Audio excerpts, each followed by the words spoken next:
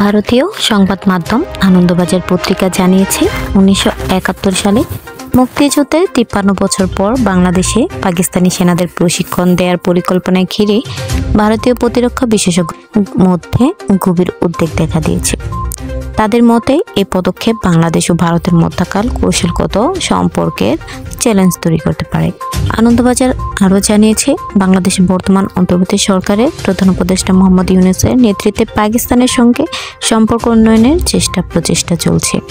তার অংশ হিসেবেই রাওয়ালপিন্ডি সেনা সদস্যের কর্মকর্তাদের ঢাকায় প্রশিক্ষণ দেওয়ার আমন্ত্রণ জানানো হয়েছে। প্রতিবেদনে আরও উল্লেখ রয়েছে, পাকিস্তানি সেনাবাহিনী ফেব্রুয়ারি 2025 থেকে ময়মনসিংহ বিভিন্ন স্থানে বাংলাদেশ সেনাবাহিনীকে প্রশিক্ষণ দেবে। এই প্রশিক্ষণ কার্যক্রমে বাংলাদেশে 10টি সামরিক কমান্ডে পরিচালিত হবে। ভারতের প্রতিরক্ষা বিশেষজ্ঞরা এই পদক্ষেপকে উত্তর পূর্ব ভারত নিরাপত্তার জন্য হুমকি হিসেবে দেখছে।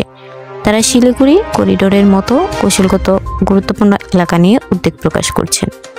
এছাড়াও বাংলাদেশের সম্প্রতি সময়ে পাকিস্তান থেকে অস্ত্র ও গোলাবারুদ আমদানি বৃদ্ধি নিয়েও সন্দেহ প্রকাশ করেছে ভারতীয় গোয়েন্দা কর্মকর্তারা। আনন্দবাজার জানিয়েছে, গত সেপ্টেম্বরে বাংলাদেশে 40,000 রাউন্ড বুলেট, 2,000 ট্যাঙ্ক শেল এবং 40 টন RDX পাকিস্তান থেকে আমদানি করেছে। উল্লেখ্য, 1971 সালে পাকিস্তানি সেনাবাহিনী বাংলাদেশ মুক্তিযুদ্ধের সময় নির্মম গণহত্যা চালিয়েছে।